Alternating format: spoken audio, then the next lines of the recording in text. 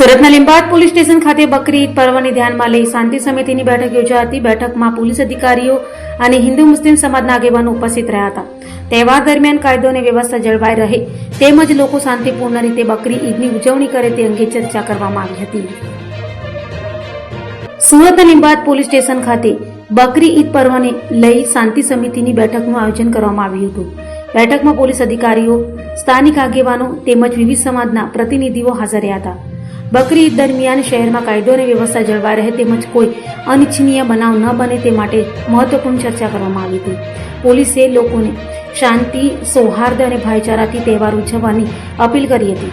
તહેવાર દરમિયાન જાહેર માર્ગો પર અવરજવર, પાર્કિંગ તેમજ અન્ય વ્યવસ્થાઓ અંગે પણ માર્ગદર્શન આપવામાં આવ્યું હતું। સાથે સોશિયલ મીડિયામાં કોઈ અફવા કે ઉશ્કેરણીજનક મેસેજ ફેલાવવામાં ન આવે તે માટે પણ સૂચના આપવામાં આવી હતી। પોલીસે સ્પષ્ટ કર્યું હતું કે તહેવાર દરમિયાન શહેરમાં ચુસ્ત પોલીસ બંદોબસ્ત ગોઠવવામાં આવશે અને શાંતિ ભંગ કરનાર તત્વો સામે કડક કાર્યવાહી કરવામાં આવશે।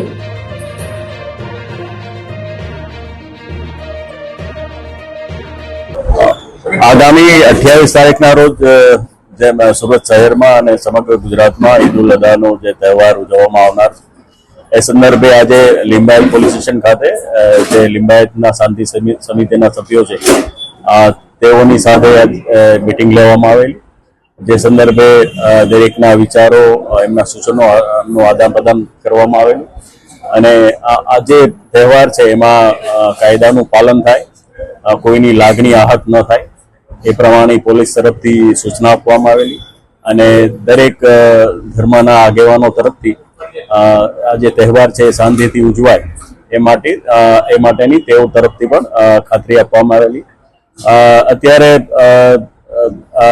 જે મીડિયાના માધ્યમથી હું આપ સૌને જણાવવા માંગુ છું કે સોશિયલ મીડિયામાં પણ આ અંગે કોઈ જો ધાર્મિક કોઈ અફવાઓ ફેલાવવામાં આવે તો પોલીસનું તરત ધ્યાન દોરવામાં આવે, જેથી કોઈ જે બનાવ છે એ પણ અટકાવી શકાય।